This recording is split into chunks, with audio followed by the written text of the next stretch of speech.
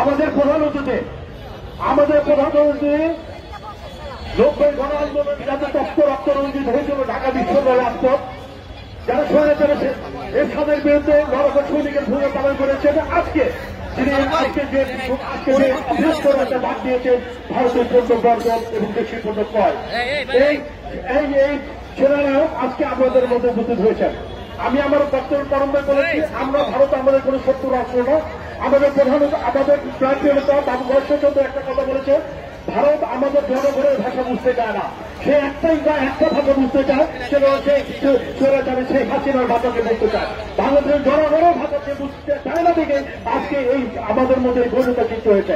আমরা মনে করি আমরা বাঙালি জাতি, আমরা 71 যুদ্ধ করেছে, আমরা 52 আমরা ভাষা আন্দোলনে শহীদ হয়েছে, আমরা 90-তে স্বৈরাচারে শেখ হাসিনাকে পতন করেছি এবং 90 স্বৈরাচারে শেখ হাসিনাকে পতন করে ছাত্র জনতা আজকে এই বিজয় অর্জন করেছে। আমরা আশা করব ভারত আমাদের ভুটান বা সিকিম যদি ভেবে থাকেন তাহলে আমরা বলবো ভারত ভূতার স্বর্গে আছেন। বাংলাদেশের মানুষ রাজপথে রক্ত দিতে চেয়েছে। বাংলাদেশের মানুষ পাকিস্তানের মতো সুসজ্জিত দলকে 1971 সালে যুদ্ধে পরাজিত করতে পেরেছে। যারা মৃত্যুকে জয় করেছে, যারা ভয়কে জয় করেছে, তাদের দাবিয়ে রাখার কোন অবকাশ নেই। আমরা আহ্বান করবো, সুরেন্দ্রবাবু যে লম্বজমা করছে, বিভিন্ন সময় যে কথা বলছে, সেই ব্যাপারে আমরা চিন্তা জানাচ্ছি। আমরা বলছি বাংলাদেশ পৃথিবীর সবচেয়ে একটা সুন্দর রাষ্ট্র, যেখানে বৌদ্ধ খ্রিস্টান হিন্দু মুসলমান সবাই একাত্ম ভাগ করে। এখানে আমাদের সাম্প্রতিক সম্পত্তির একটা জায়গা। ইনশাআল্লাহ আশা করবো আমরা সাম্প্রতিক সম্পত্তি বজায় রাখবো এবং ভারত যদি আমাদের চোখ রাখলে বাংলার কথা বলে তা ভারতকে মনে রাখতে হবে আমরা যে জাতি ভাষার জন্য রক্ত দিতে পারে, সে জাতি দেশের জন্য কি করতে পারে সেটা বলে তারা কল্পনা করতে পারে না। ধন্যবাদ সবাইকে। যেহেতু আমাদের প্রধান অতিথি হয়েছেন, আমার বক্তব্য এখানে শেষ করলাম। আমরা আশা করবো প্রধানমন্ত্রীর উপস্থিত নয় আপনারা কেন স্থানে দিয়েছে অত সুযোগভাবে সব প্রোগ্রাম করে আজকে সুন্দরভাবে শেষ করবো। ধন্যবাদ সবাইকে। এরপর আপনাদের সাথে বক্তব্য দিয়ে যাচ্ছেন কেন্দ্রীয় যুব দলের সাবেক স্বাস্থ্য বিষয়ক সম্পাদক ডাক্তার মোহাম্মদ জাহাঙ্গীর হোসেন।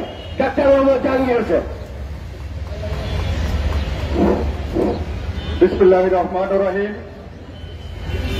উপস্থিত আজকের এই সভার সম্মানিত সভাপতি, এই এলাকারই সন্তান অ্যাডভোকেট নিপন রায় চৌধুরী, উপস্থিত আজকের এই সমাবেশের সম্মানিত প্রধান অতিথি, বাংলাদেশ জাতীয়তাবাদী দলের সিনিয়র যুগ্ম মহাসচিব, বারবার কারাবরণকারী নেতা, আপসহীন নেতা, আমাদের প্রিয় অ্যাডভোকেট রুহুল কবির রিজভী, উপস্থিত এখানে কেরানীগঞ্জের সিনিয়র নেতা, মঞ্চে উপবিষ্ট নেতাকর্মী, সামনে আমাদের মা ও বোনেরা, নেতাকর্মী, সবাইকে রক্তিম শুভেচ্ছা। আজকে এখানে আমরা উপস্থিত হয়েছি শুধু ভারতকে একটা মেসেজ দেওয়ার জন্য যে আমরা কখনো আর পরাধীন মেনে নেব না। আমরা এই দেশ স্বাধীন করেছি 1971 সালে, তখন আপামর জনসন এই স্বাধীনতায় ঝাঁপিয়ে পড়েছিল। আজকেও 5ই আগস্টে আপনারা দেখেছেন এদেশের ছাত্র জনতা, আবাল বৃদ্ধ বনিতা সবাই একযুগে ঝাঁপিয়ে পড়েছিল এই জালিম সরকারকে প্রতিহত করার জন্য। এখন সে প্রতিহত হয়েছে, অন্য দেশে আশ্রয় নিয়েছে। আমাদের আজকে আমাদের ভাষা বুঝতে হবে, আমরা কেন এত প্রতিবাদ করছি। এখানে দাঁড়িয়ে আমরা যে আমাদের দেশ স্বাধীন হয়েছে তাদেরকে বুঝিয়ে দিতে হবে। আমরা আর কারো দাসত্ব করব না। আমাদের সামনে এখন সময় হয়েছে, ভবিষ্যৎ আমাদের প্রধানমন্ত্রী হবে যিনি এদেশের জনগণের হৃদয়ে যার স্পন্দিত, সে আমাদের ভবিষ্যৎ প্রাইম মিনিস্টার ইনশাল্লাহ তারেক রহমান সাহেব অচিরেই দেশে ফিরে আসবেন ইনশাল্লাহ। সামনে নির্বাচন হবে, এই সামনে নির্বাচনে সবাই একসাথে আমাদের যে ভবিষ্যৎ প্রাইম মিনিস্টার তাকে মনোনীত করে ইনশাল্লাহ এদেশে রাষ্ট্র ক্ষমতায় বসাবো ইনশাল্লাহ। আমি বক্তব্য দীর্ঘায়িত করব না, আজকে যেখানে আপনারা উপস্থিত হয়েছেন ভারতীয় পণ্য বয়কট, সেটা আমরা একযোগে বয়কট করব। তাদের আমরা ভাষা বুঝিয়ে দিব। আজকে সে নয়াদিল্লি, ক্যালকাটা তাদের ব্যবসা বাণিজ্য সব গুটিয়ে গেছে। এতদিন আমাদের উপর ডিপেন্ড করেছে, আমরা তাদের বুঝিয়ে দিব তারা আমাদের শত্রু না। আমাদের সাথে যদি আপনারা শত্রুতা করেন, আমরা ইনশাআল্লাহ তোমাদের সাথে শত্রুতাবদ্ধ আচরণ করব। আমরা কারো দাসত্ব করব না। আমাদের আজকে প্রধান অতিথি অনেক বক্তৃতা দিবেন, আর দীর্ঘায়ু করব না। আপনাদের আবারও শুভেচ্ছা জানিয়ে আমি আমার এখানে বক্তব্য শেষ করছি। খোদা হাফেজ। বাংলাদেশ জাতীয়তাবাদী দল বিএনপি জিন্দাবাদ। বাংলাদেশ যুব দল জিন্দাবাদ। ধন্যবাদ জনাব জাহাঙ্গীর ভাইকে তার মূল্যবান বক্তব্য দেওয়ার জন্য। দেশীয় পণ্য কিনে জন্য ভারতীয় পণ্য বর্জন করুন আমাদের এই কর্মসূচি। এ পর্যায়ে আপনাদের সামনে বক্তব্য নিয়ে আসছেন আজকের এই অনুষ্ঠানের সম্মানিত সভানেত্রী, বাংলাদেশ জাতীয়তাবাদী দল বিএনপি নির্বাহী কমিটির অন্যতম সদস্য, ঢাকা জেলা বিএনপি সম্মানিত সাধারণ সম্পাদিকা এবং ক্যারিগঞ্জ উপজেলা দক্ষিণ সম্মানিত সভানেত্রী অ্যাডভোকেট বিপুল রায় চৌধুরী। অ্যাডভোকেট বিপুল রায় চৌধুরী। আসসালামু আলাইকুম। স্বদেশী পণ্য জনসাধারণ কর্তৃক আয়োজিত আজকের এই সমাবেশ, সম্মানিত প্রধান অতিথি, বাংলাদেশ জাতীয়তাবাদী দল জাতীয় নির্বাহী কমিটির সম্মানিত সিনিয়র যুগ্ম মহাসচিব, গণতন্ত্র পুনরুদ্ধারের আন্দোলনে যিনি ঢাকা সহ পুরো বাংলাদেশের বিভিন্ন আনাচে কানাচে জাতীয়তাবাদী শক্তিকে একত্রিত করে নির্ভয়ে মাথা উঁচু করে যিনি নেতৃত্ব দিয়েছেন গণতন্ত্র পুনরুদ্ধারের, স্বৈরাচার ফ্যাসিস্ট সরকারের পতনের আন্দোলনে, এখনো যিনি এই গণমানুষের জনগণের অধিকার পূর্ণ প্রতিষ্ঠা করার জন্য সংগ্রাম করে যাচ্ছেন, লড়াই করে যাচ্ছেন, মৃত্যুঞ্জয়ী নেতা, বারবার কারা নির্যাতিত নেতা, আমাদের সকলের শ্রদ্ধেয় নেতা অ্যাডভোকেট রুহুল কবির রিজভী আহমেদ। মঞ্চে উপবিষ্ট সাবেক কেন্দ্রীয় যুব দলের সংগ্রামী স্বাস্থ্য বিষয়ক সম্পাদক, যিনি আন্দোলনের মাঠে আমাদের প্রধান অতিথির সাথে থেকে রাজপথে ছিলেন আন্দোলনের মাঠে, আমাদের শ্রদ্ধেয় বড় ভাই ডাক্তার মোহাম্মদ জাহাঙ্গীর হোসেন। মঞ্চে উপবিষ্ট কেরানীগঞ্জ উপজেলা দক্ষিণ থানা বিএনপির সংগ্রামী সাধারণ সম্পাদক, রাজপথের আর একজন পরীক্ষিত নেতা জনাব মুজাদ্দেদ আলী বাবু। মঞ্চে উপবিষ্ট থানা বিএনপি সম্মানিত নেতৃবৃন্দ, থানা অঙ্গ সহযোগী সংগঠনের নেতৃবৃন্দ, উপস্থিত বিভিন্ন ইউনিয়ন ওয়ার্ড পর্যায়ের নেতৃবৃন্দ এবং আমার সামনে উপস্থিত আমাদের মা ও বোনেরা এবং সাংবাদিক ভাইয়েরা, সবাইকে সংগ্রামী সালাম এবং শুভেচ্ছা জানাচ্ছি। দীর্ঘ 17 বছর যাবৎ বাংলাদেশের রাজনীতি, বাংলাদেশের রাষ্ট্র পরিচালনা করেছে একটি ফ্যাসিস্ট সরকার, একটি অবৈধ সরকার, এবং রাজনীতিকে কুলসিত করার জন্য ফ্যাসিস্ট শেখ হাসিনা রাষ্ট্রযন্ত্রকে যেমন ব্যবহার করেছে, সাংবিধানিক প্রতিষ্ঠানগুলোকে ব্যবহার করেছে, জনগণের বিরুদ্ধে, জনগণের ভোটের অধিকারের বিরুদ্ধে, গণতান্ত্রিক অধিকারের বিরুদ্ধে, ঠিক একইভাবে তার অবৈধ ক্ষমতাকে টিকিয়ে রাখার জন্য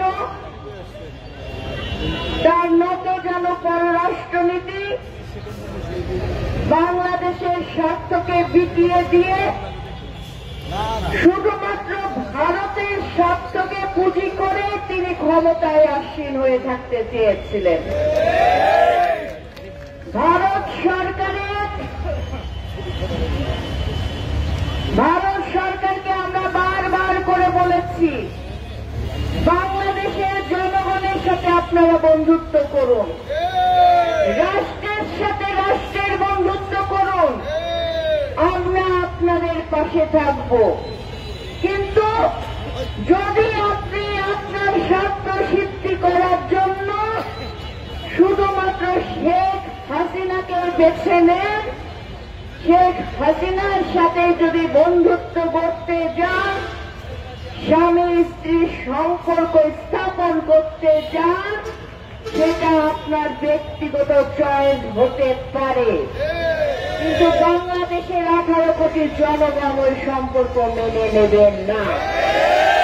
বাংলাদেশের 18 কোটি জনগণ রক্ত দিয়ে দ্বিতীয়বার বাংলাদেশকে স্বাধীন করেছে, ভারতের দাসত্ব গ্রহণ করার জন্য নয়। আমি আজকে আপনাদেরকে বলতে চাই, আমাদের বাংলাদেশে হিন্দু, মুসলিম, বৌদ্ধ, খ্রিস্টান আমরা সকলে সম্প্রীতির বন্ধনে আবদ্ধ আছি। আমাদের এই সম্প্রীতি কোন ষড়যন্ত্র, কোন ধরনের স্বৈরাচারের প্রেতাত্মাদের ষড়যন্ত্রে এই সম্প্রীতি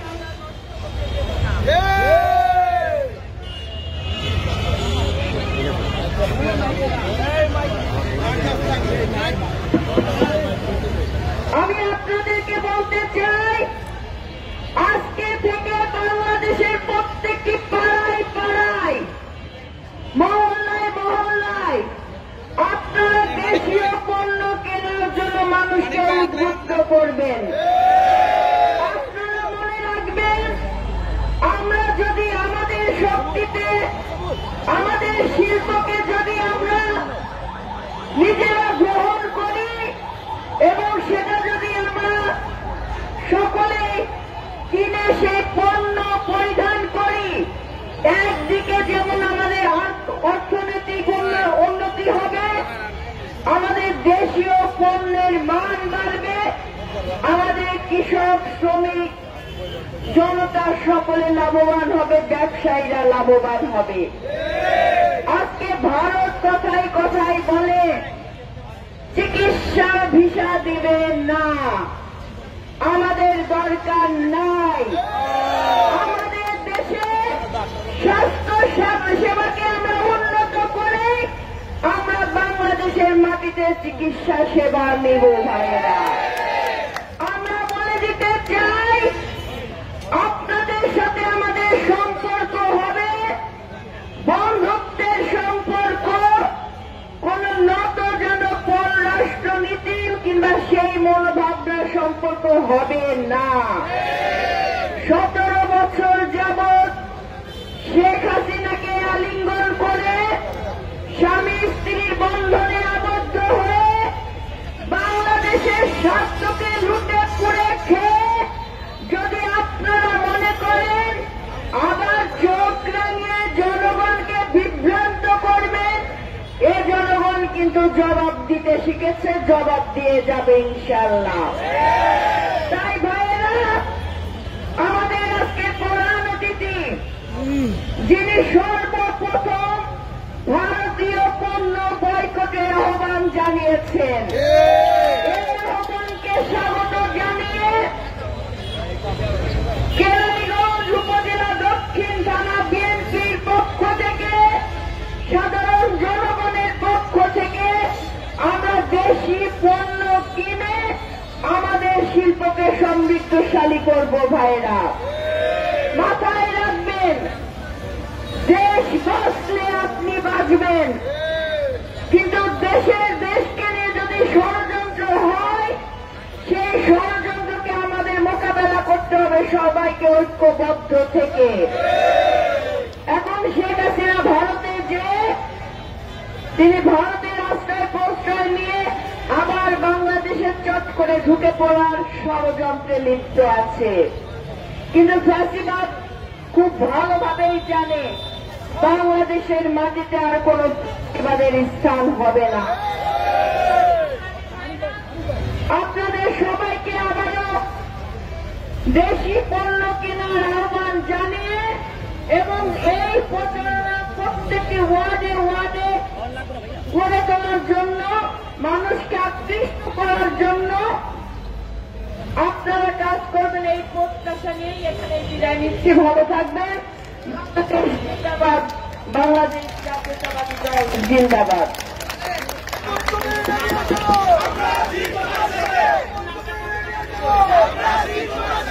সংগ্রামী ভাইরা, এ পর্যায়ে বক্তব্য নিয়ে আসছেন যার কথা শোনার জন্য আপনারা দীর্ঘক্ষণ ধরে অপেক্ষা করছেন। আমাদের শ্রদ্ধার নেতা, গণতন্ত্র পরিষদের এক অগ্রনায়ক এবং বাংলাদেশের আপনার স্বদেশী পণ্য কিনে হোক ধন্য, যিনি এই স্লোগান নিয়ে বাংলাদেশের প্রত্যেকটি আনাচে কানাচে দেশ মাতৃকার জন্য ফেরি করে বেড়াচ্ছেন, আমাদের সেই শ্রদ্ধেয় নেতা, বাংলাদেশ জাতীয়তাবাদী দলের জাতীয় নির্বাহী কমিটির সম্মানিত সিনিয়র যুগ্ম মহাসচিব জনাব অ্যাডভোকেট রুহুল কবির রিজভী। জনাব অ্যাডভোকেট রুহুল কবির রিজভী।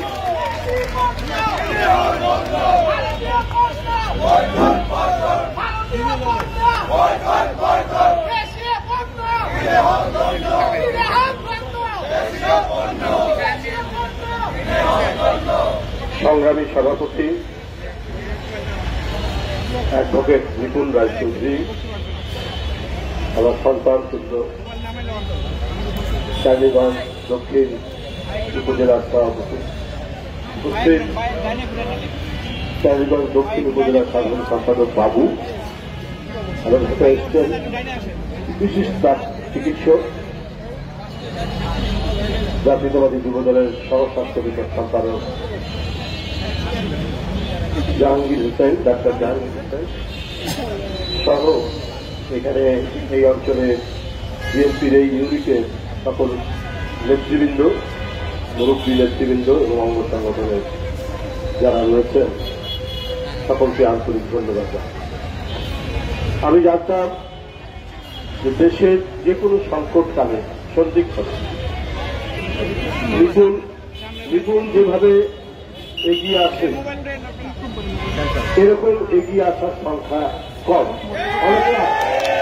অনেকেই আসে, কিন্তু এখন কঠিন ক্রান্তিকাল যেটাকে বলে, সেই ক্রান্তিকালে যারা সাহস ধরে তাদের দেশে আসে।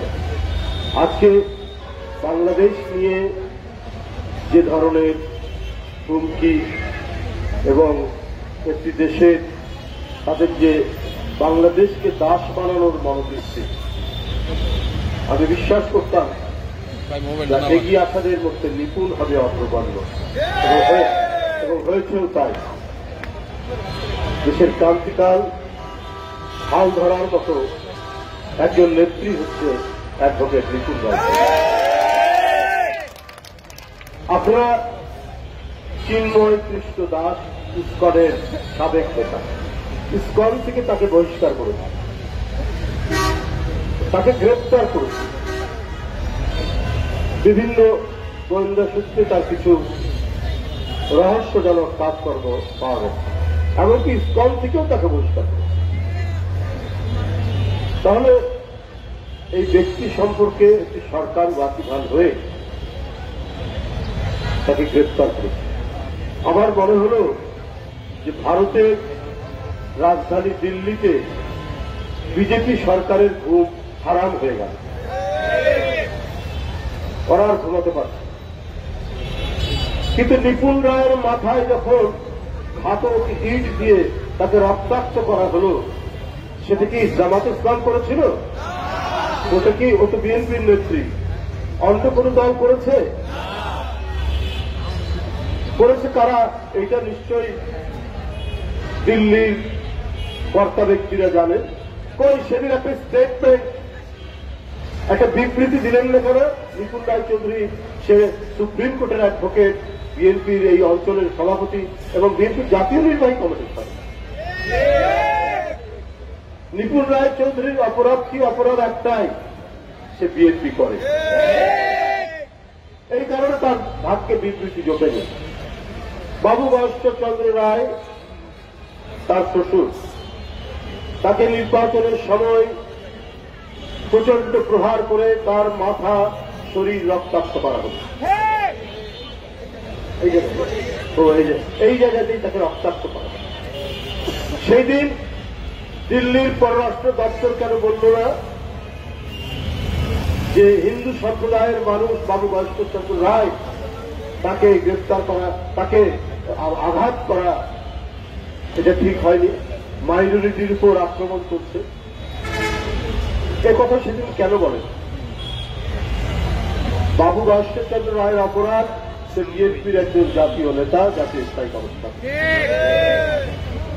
দিল্লির এই দোচাখা নীতি, একটি কৃষক শ্রমিক বিশ্বজিৎ ঢাকা বিশ্ববিদ্যালয়, জওহরলাল বিশ্ববিদ্যালয় থেকে ছাত্রলীগের ঘাতকরা হরতালের দিন তাকে কুপিয়ে কুপিয়ে যখন হত্যা করছে, সে আত্মচিৎকার করে বলল আমি হিন্দু, আমি হিন্দু। কিন্তু তাকেও ওই বর্বর ছাত্রলীগ, ওই খুনি ছাত্রলীগ ন্যূনতম তারা মানবতাবোধ প্রকাশ করেনি, তাকে কুপিয়ে কুপিয়ে হত্যা করল। কোথায় সেই দিন দিল্লির পররাষ্ট্র সচিব, পররাষ্ট্রমন্ত্রী এবং কলকাতার শুভেন্দু বাবুরা বড় বড় কথা বলেন, কুৎসিত কথা বলেন, অসভ্যের মতো কথা বলেন শুভেন্দু বাবুরা। সেদিন একটাও স্টেটমেন্ট আসেনি কেন? সিলেটে বন্যার পানি হঠাৎ করে ছেড়ে দিলেন। সেই বন্যার পানিতে কি শুধু মুসলমানের বাড়িঘর ভেসে গেছে?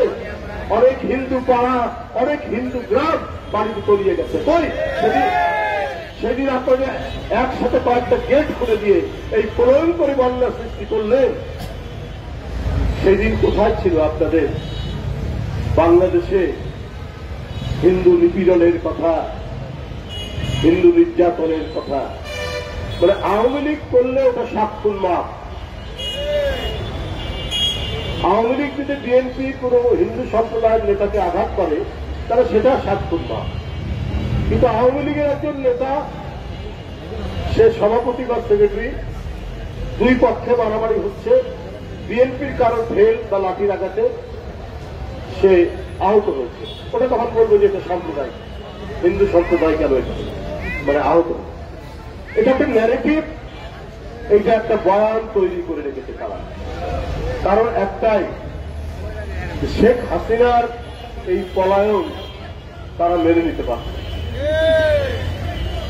আপনারা গণতান্ত্রিক রাষ্ট্র, এটা আমরা সবসময় বলি, কিন্তু আপনারা বাংলাদেশের জন্য এবং আশেপাশে দেশের জন্য আপনারা, আমি আগেও বলেছি, আপনাদের নিজেদের মধ্যে যতই দলাদলি থাক, গ্রুপিং থাক, যা কিছুই থাক, কিন্তু বাংলাদেশের প্রশ্ন আসলে রসুনের গোড়া এক। এই রসুনের গোড়া এক হয়ে তখন একই সুরে, যেমন বিজেপির কেন্দ্রীয় নেতারা, মন্ত্রীরা কথা বলেন, মমতা বন্দ্যোপাধ্যায়ের কথা বলেন। মমতা বন্দ্যোপাধ্যায়কে আমরা জানতাম ধর্মনিরপেক্ষ, সাম্প্রদায়িক, উদারনীতির মানুষ। তিনি তার স্বরূপটা উন্মোচিত করে দিলেন।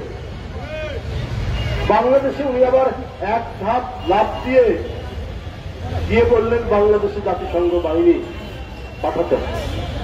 কিন্তু এই ভদ্রমহিলা এত অর্বাচীন যে আরেকটি দেশ, ভিন্ন আরেকটি দেশে যে জাতিসংঘ বাহিনী পাঠানোর দাবি করতে পারে না, সেটা তার জানার মধ্যে। এই যে একের পর এক বাংলাদেশ বিরোধী অপপ্রচার, অপতথ্য, কুৎসা, এবং হাইপার প্রোপাগান্ডা চালানো হচ্ছে। এটার উদ্দেশ্য একটাই, বাংলাদেশের মস্তকে শেখ হাসিনা কেন নয়? শেখ হাসিনা এত প্রিয় কেন তাদের মমতা এবং দিল্লির মোদী সাহেবদের? কারণ শেখ হাসিনার কাছ থেকে তারা বিনা পারিশ্রমিকে বিনা টাকায় যা পেয়েছে, অন্য কোনো জাতীয়তাবাদী চিন্তার মানুষটা তো সেটা দেবে না। 7টি বিদ্যুৎ কেন্দ্র দিয়েছেন বিনা টেন্ডারে। আদানি বাবু বিশাল ধনী লোক, তার সঙ্গে সরকার চুক্তি করেছে বিদ্যুৎ আমদানি করবে। সেই ঝাড়খণ্ডে তার বিদ্যুতের বড় প্রকল্প, কয়লা পুড়িয়ে বিদ্যুৎ। এমনি বাংলাদেশের প্রচলিত যে দাম প্রতিটি ইউনিটের, তার চাইতেও বেশি দামে আদানির কাছ থেকে বিদ্যুৎ কেনার চুক্তি এবং সেটা বাস্তবায়ন করেছে। তারা শেখ হাসিনা তো তাদের প্রিয় হবে, শেখ হাসিনা তো তাদের আপনজন হবে। শেখ হাসিনা নিজের জনগণের প্রতিটি দ্রব্য মূল্যের দাম বাড়িয়ে চাল, ডাল, পেঁয়াজ, চিনি, রসুন, আনাজপাতি, তরিতরকারির সব দাম বাড়িয়ে শুধুমাত্র তার প্রভু ভারতকে খুশি করার জন্য একের পর এক তিনি তাদেরকে প্রজেক্ট দিয়েছেন, টেন্ডার ছাড়াই প্রজেক্ট দিয়েছেন এবং তাদের কাছ থেকে ব্যবসা করার জন্য, তাদের কাছ থেকে নেওয়ার জন্য বেশি দামে তাদের সাথে চুক্তি করেছেন। এই জন্যই মোদীবাবুর অত্যন্ত আপনজন শেখ হাসিনা, এমনকি মমতারও আপনজন, ভারতের যারা সাম্প্রদায়িক শাসক গোষ্ঠী তাদের অত্যন্ত আপনজন। আপনারা দেখেছেন আমাদের তিস্তা নদী আমরা যে পানির যে ন্যায্য হিস্সা পাব, এটা বাস্তবায়ন হতেই দিচ্ছে না মমতা ব্যানার্জি। তাহলে উনি কি চান? উনি শেখ হাসিনাকে চান। আর শেখ হাসিনা এই যে মমতা ব্যানার্জি চুক্তিটা বাস্তবায়ন হতে দিচ্ছে না, এর জন্য একটা শব্দ বলেন না। আজকে বিএনপি ক্ষমতায় থাকলে অথবা যে কোনো দেশপ্রেমিক রাজনৈতিক দল ক্ষমতায় থাকলে তারা জনতা কণ্ঠে আওয়াজ এবং আন্তর্জাতিক ফোরামে নিয়ে যেত, জাতিসংঘে নিয়ে যেত যে আমাদের এই যে পাওনা আন্তর্জাতিক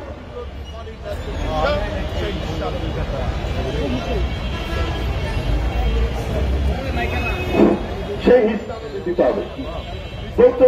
কিন্তু শেখ হাসিনা একটা শব্দ করে না।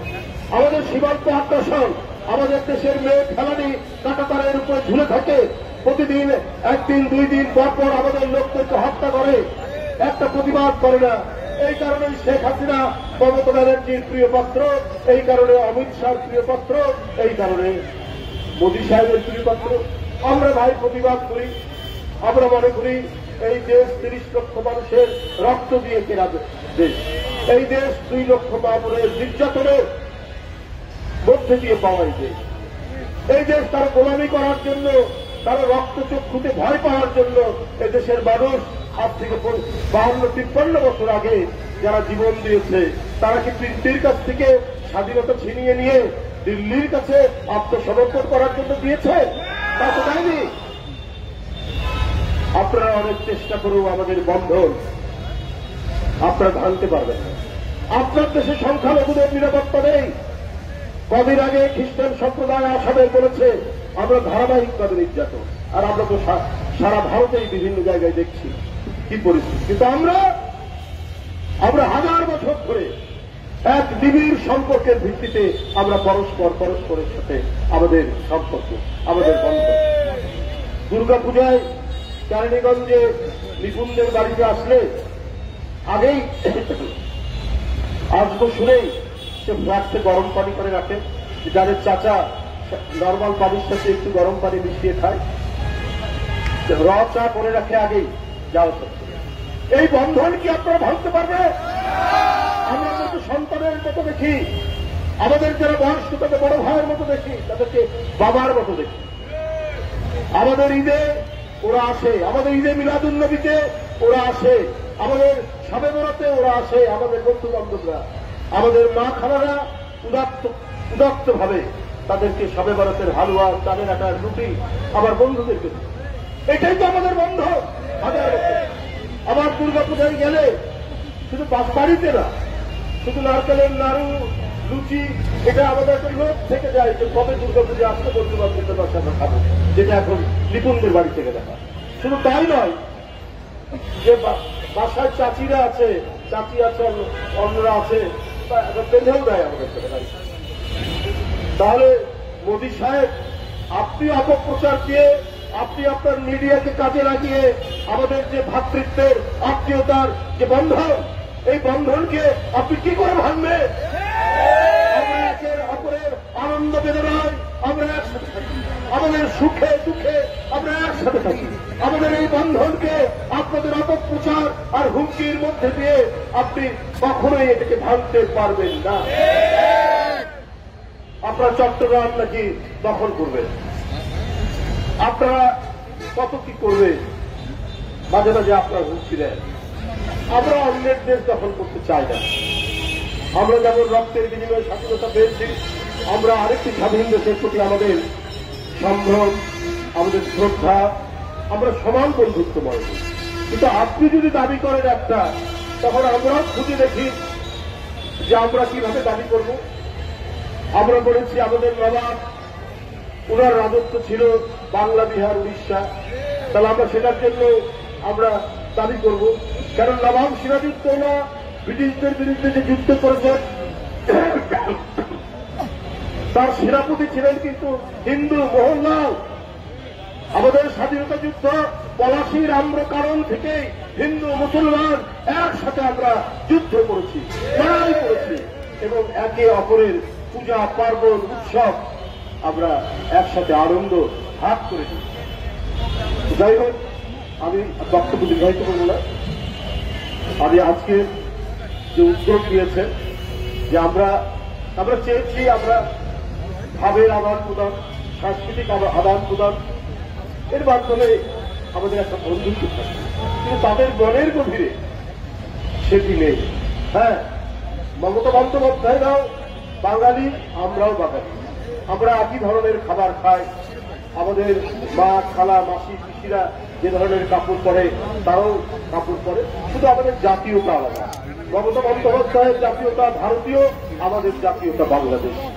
আমরা তারপরেও একে অপরের সাথে ব্যবসা বাণিজ্য নানা কারণেই ভারতে যেতে হবে।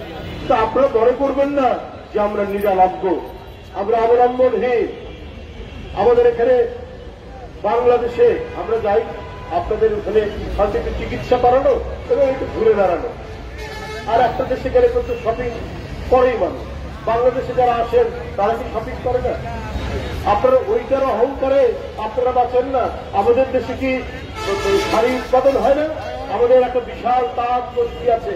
আমাদের এখানে এখন 35টা মেডিকেল কলেজ হাসপাতাল, 35টা মেডিকেল কলেজ হাসপাতাল এই বাংলাদেশ হয়তো আয়তনে বড় নয়, কিন্তু বাংলাদেশের 18 কোটি মানুষ, আমরা জনসংখ্যার দিক থেকে অনেক শক্তিশালী। আমরা নিজেদের গামছা আমরা নিজেরা বাড়াই, নিজেদের লুঙ্গি আমরা নিজেরা, আমাদের তাঁতিরা তৈরি করে, এবং আমাদের মা বোনরা যে তাঁতের শাড়ি পরে, এটা অত্যন্ত সুন্দর শাড়ি। আমাদের সেই জনগোষ্ঠী আছে, আমরা কারো উপর নির্ভরশীল হব না। আমরা সেই জাতীয়তাবাদী চিন্তা, সেই অহংকার, সেই দেশপ্রেম নিয়ে আজকে নিপুণ রায় চৌধুরীরা যে উদ্যোগ নিয়েছেন, সেই উদ্যোগের প্রতি আমার অন্তরের অন্তঃস্থল থেকে শুভেচ্ছা জানাচ্ছি, তাদের থেকে জানাচ্ছি অভিনন্দন এবং ধন্যবাদ। ধন্যবাদ সবাইকে।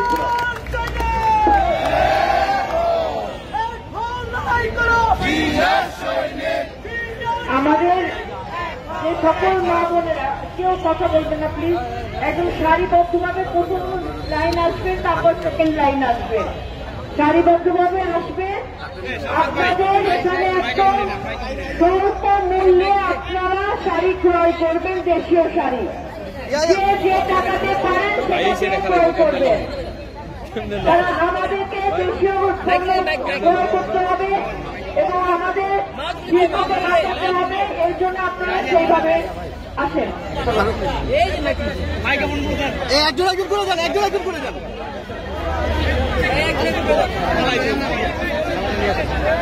আচ্ছা আচ্ছা আচ্ছা আচ্ছা, বসেন না রে।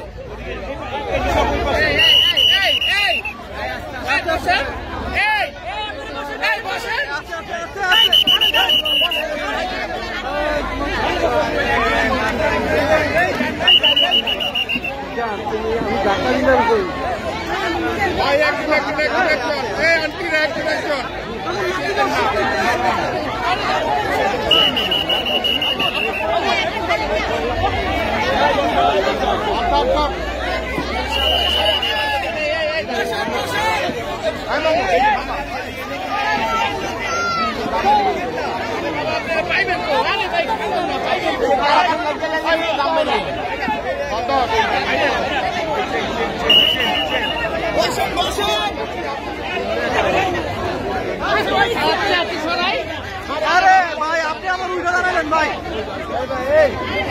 এই যে হ্যালো আরে ভাই একা আপনি ভাই